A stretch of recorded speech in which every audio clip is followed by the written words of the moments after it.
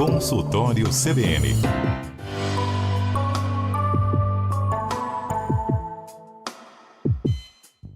De acordo com a Organização Mundial da Saúde, o Parkinson é a segunda doença neurodegenerativa mais frequente no mundo, atrás apenas do Alzheimer. Cerca de 4 milhões de pessoas no mundo vivem com essa doença, sendo aproximadamente 200 mil no Brasil. O Dia Mundial do Parkinson é o dia 11 de abril e abril é o mês de conscientização justamente sobre a doença de Parkinson. Para falar sobre essa doença, nós estamos recebendo aqui no consultório CBN o Dr. Murilo Marinho, médico neurocirurgião funcional.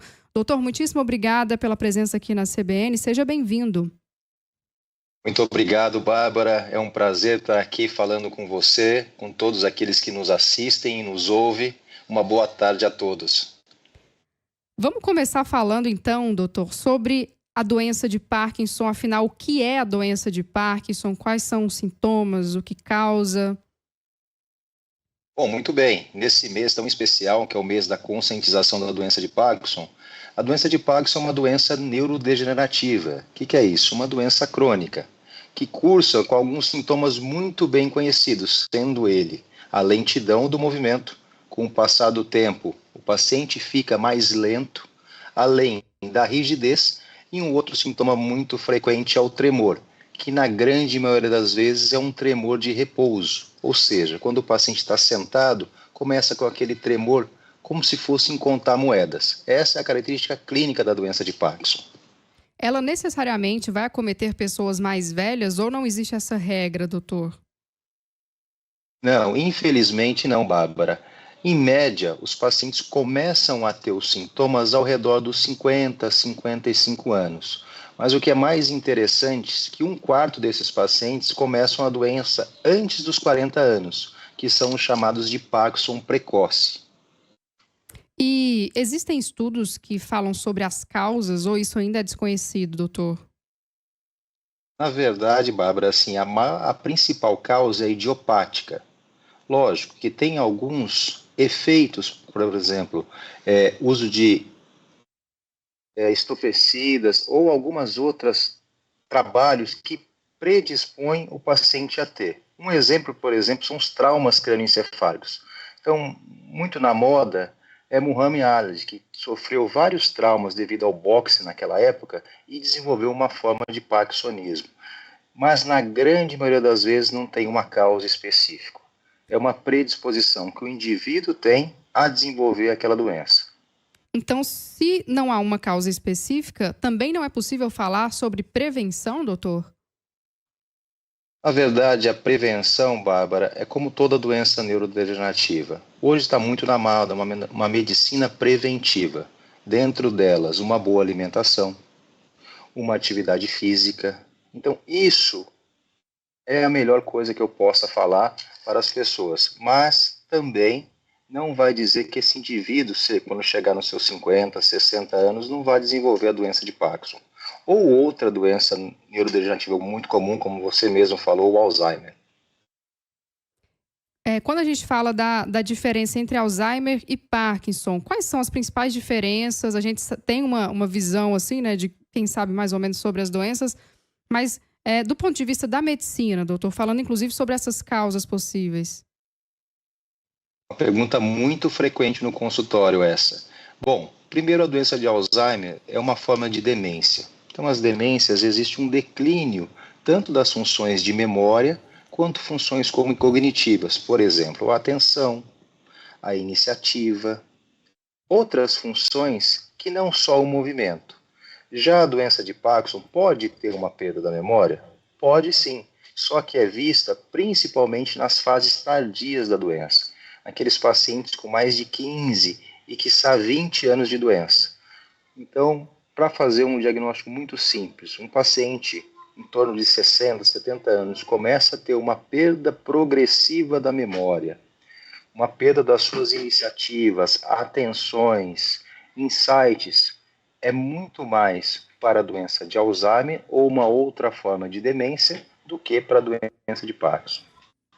Quando a gente fala, de forma geral, em doenças neurodegenerativas, existem sintomas que são comuns assim, a essas doenças? Ou quando o senhor diria que é hora de procurar a ajuda de um médico? Bom, existem vários sintomas que podem apresentar em diversas doenças neurológicas. Toda vez que há uma mudança do perfil clínico, da maneira de viver de um paciente de meia idade, 50, 60 anos, é importante procurar o auxílio de um médico, porque o diagnóstico precoce, ele auxilia tanto o tratamento quanto a melhora da qualidade de vida. A gente está falando sobre demência, sobre doença de Parkinson. Existem demências, para você ter uma noção, Bárbara, que são tratáveis. Uma delas é a hidrocefalia de pressão normal. Por exemplo, existe um acúmulo de líquido no cérebro que parece, no começo, uma doença de Parkinson. Pode parecer o começo de uma doença de Alzheimer. E é tratável. Então, o diagnóstico correto, passado por um especialista através da história clínica, do exame neurológico bem feito e, por vezes, um exame de imagem, consegue tratar e dar uma qualidade de vida para esse paciente. Doutor, quando a gente fala de Parkinson e Alzheimer, são doenças que não têm cura, correto? Perfeito. Infelizmente, perfeito. Porém, vou fazer um adendo aqui. Claro. São doenças tratáveis, que independente da sua fase, seja na fase inicial da doença, ou mesmo na fase avançada, há tratamentos e os pacientes podem viver com qualidade. É isso que eu ia perguntar para o senhor a respeito desse tempo, né? De como funciona essa evolução dessas doenças. Realmente é uma coisa caso a caso e esse tratamento ele pode retardar a evolução da doença ou não necessariamente? Não é uma coisa tão certa assim, doutor? Na verdade, a progressão é muito individual. Lógico que existem doenças que progridem muito mais rápido que outras. Por exemplo, se eu for falar só sobre a doença de Parkinson, existem algumas formas que não são doença de Parkinson, mas que são chamadas de parkinsonismo, que elas têm uma evolução no tempo muito mais rápida, que leva até um diagnóstico diferencial. Mas o tratamento é importante. O tratamento, ele vai muito além de só o paciente. É a própria orientação para o cuidador, é a próprio remédio, é a própria terapia adjuvante, por exemplo, a fisioterapia, a fono, a terapia ocupacional. Então, são doenças que exigem de quem as trata de um grupo multidisciplinar, no qual o médico é apenas uma das ferramentas para cuidar desses pacientes. E, além do mais, a própria educação para o cuidador, para a família, o amparo que esses pacientes necessitam são muito importantes, Bárbara. Muito bom, doutor. Estou conversando com o doutor Murilo Marinho, médico neurocirurgião funcional, especialista em doenças neurodegenerativas. Doutor, recebi aqui uma mensagem de uma ouvinte, deixa eu ver o nome dela, Eliana Vieira. Ela diz o seguinte: boa tarde, minha mãe sofreu do falso Parkinson por uso de medicamentos para labirintite. Por favor, pergunte ao doutor se isso é comum. Falso Parkinson, existe isso, doutor? Oi, Eliane, na verdade, muito obrigado pela pergunta. Existe o parkinsonismo medicamentoso. O que é isso? Tem alguns remédios, e ela já citou alguns, por exemplo, remédios usados para outras doenças, labirintite, às vezes até remédios para vômitos, que cursam com o parkinsonismo. Uma outra classe de remédios são remédios psiquiátricos. Alguns remédios em altas doses fazem com que o paciente fique parecendo um paciente com doença de Parkinson, com a lentidão do movimento, às vezes o tronco em curva para frente, a marcha começa a andar em pequenos passos, e vale ao médico que assiste esse paciente perguntar na sua história: você está usando alguma medicação? Mudou alguma coisa seu hábito nos últimos dias? Foi depois que eu tomei esse remédio para tontura, eu parecia que eu tinha Parkinson, doutor. Então a própria suspensão dessa medicação consegue controlar os sintomas. Então, faz parte do diagnóstico da história do médico se atentar a essas medicações que possam cursar com o parkinsonismo e tratar o paciente. Quando existe, doutor, a suspeita de Parkinson ou até de Alzheimer, que exame é feito para verificar se de fato a pessoa tem essas doenças ou não? Qual é o próximo passo depois que a pessoa tem a suspeita, vai ao médico e o médico decide investigar? Bom, o diagnóstico, Bárbara, é clínico. Não há nenhum exame assim que possa bater o martelo, a não ser a experiência do médico. Só que hoje, a medicina moderna que nós vivemos, existem exames de imagens, por exemplo, a ressonância, que nos dá algumas características em algumas regiões do cérebro que sugerem uma alteração, por exemplo, na doença de Parkinson. Já na doença de Alzheimer, que é uma demência, eu preciso abrir mão de testes neuropsicológicos, avaliar a memória, a atenção, as funções, por exemplo, função executiva, e aí mensurar aquele paciente conforme a faixa etária que ele se encontra e o nível educacional, se ele está abaixo ou na média. Então, assim que colabora o diagnóstico, tanto da doença de Alzheimer, como também nas demências, como a doença de Alzheimer.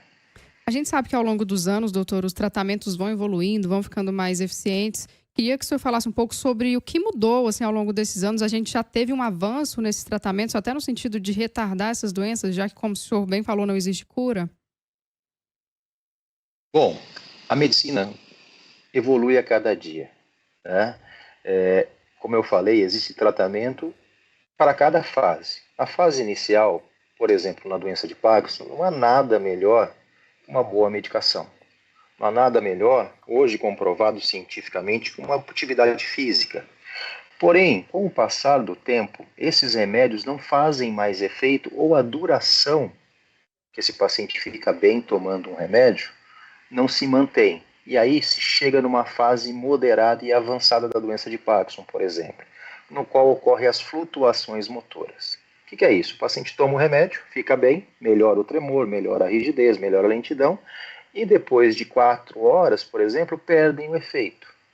E aí precisa tomar de novo a medicação. Quando isso acontece, principalmente no final da década de 80, então numa coisa tão recente assim, surgiu o tratamento cirúrgico, os famosos marca-passos cerebrais, no qual o médico, o especialista, implanta 2 eletrodos que são ligados às extensões a um marca-passo, igual ao marca-passo cardíaco, e consegue modular algumas atividades do cérebro e restabelecer essas funções. Já na doença de Alzheimer, existem medicações que tendem a postergar o avanço da doença de Alzheimer. Lógico que hoje em dia pesquisam se podemos tratar cirurgicamente, por exemplo, a doença de Alzheimer, mas com resultados ainda não tão convencedores assim. Bom, a gente tem um ouvinte que mandou aqui 2 perguntas, o Cícero Arão. Ele pergunta primeiro, se existe uma relação direta entre Alzheimer e Parkinson, ou seja, a pessoa tem uma doença, depois tem mais predisposição para ter a outra. E segundo, doutor, se o uso frequente de bebidas alcoólicas tem também alguma influência direta nessas doenças. Bom, Cícero, muito obrigado pela pergunta. A primeira é aquilo que nós falamos, né?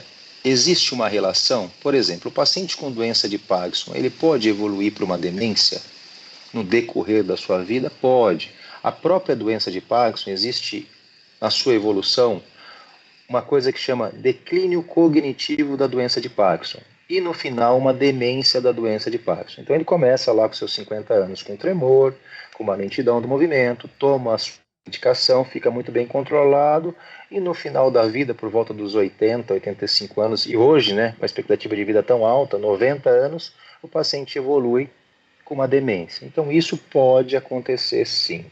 Tá? E o inverso, o Alzheimer pode ter Parkinson?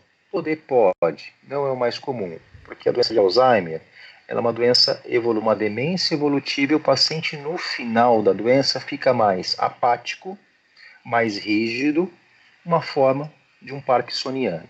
Então, essa primeira pergunta é totalmente viável e pode acontecer. Já passando para a segunda pergunta sobre o álcool e a doença de Parkinson, o álcool pode piorar várias doenças neurológicas. Por exemplo, pode desencadear tremores, pode desencadear alterações de equilíbrio, pode também cursar com doenças neurodegenerativas. E aí vem uma coisa, sempre que se fala de um excesso, é muito ruim para o cérebro, para o coração, para o rim, para o fígado. Então tudo isso tem que se pensar no uso abusivo em excesso.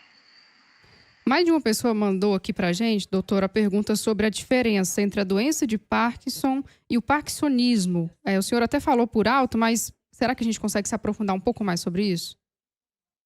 Não, é extremamente importante e é muito frequente nos consultórios médicos essa diferença. Bom, o parkinsonismo é uma síndrome composta por lentidão do movimento, rigidez, tremor, né? Instabilidade de marcha, então são os sintomas. Existem várias doenças que parecem Parkinson no início, mas não são. Por quê? O Parkinson é uma causa idiopática. Tem uma região do cérebro chamada substância nigra, que fica no tronco cerebral, que produz um neurotransmissor, chamado dopamina. Quando essa dopamina está abaixo de 1/4, que nem o tanque de combustível de um carro, chega na reserva, começam os sintomas motores da doença, que é a lentidão, a rigidez, uma rigidez chamada de roda denteada, parece uma engrenagem, além do tremor de repouso. Porém, existem outras formas que são chamadas de Parkinson atípicos, que no começo parece muito isso, só que evolui muito rapidamente.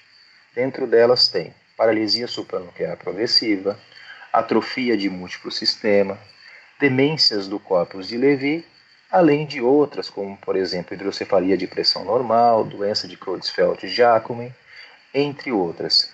O que diferencia uma da outra? É a evolução. Essas que são atípicas são muito mais rápidas. O paciente já no primeiro, segundo ano, terceiro ano da doença piora muito rápido. E uma terceira coisa característica, não respondem ao principal tratamento, que é a levodopa. Então, por isso que o tempo no início do diagnóstico da doença de Parkinson e uma boa resposta com o remédio certo fazem com que o médico dê um diagnóstico com segurança. Tem uma outra pergunta aqui do nosso ouvinte Alex, doutor. Ele está perguntando se medicamento para diabetes ajuda nos sintomas ou nos problemas motores do Parkinson. Até abri aqui, pesquisei, estava vendo que tem pesquisas falando sobre isso, mas isso de fato tem se mostrado como uma verdade? Tem se confirmado? Tem sim, Alex. Saiu um recente artigo agora que aquelas famosas canetas que são usadas até para emagrecimento, está muito na moda hoje em dia, que previnem a fase inicial da doença de Parkinson. Então, isso é um tema muito na moda, né? Você usa uma caneta ou para melhorar a sua glicemia, para tratar diabetes, ou hoje muito na moda para o emagrecimento, e tem um risco menor de desenvolver doenças de Parkinson. É um estudo muito interessante num jornal muito famoso, chama New England Journal of Medicine. Então, isso existe sim.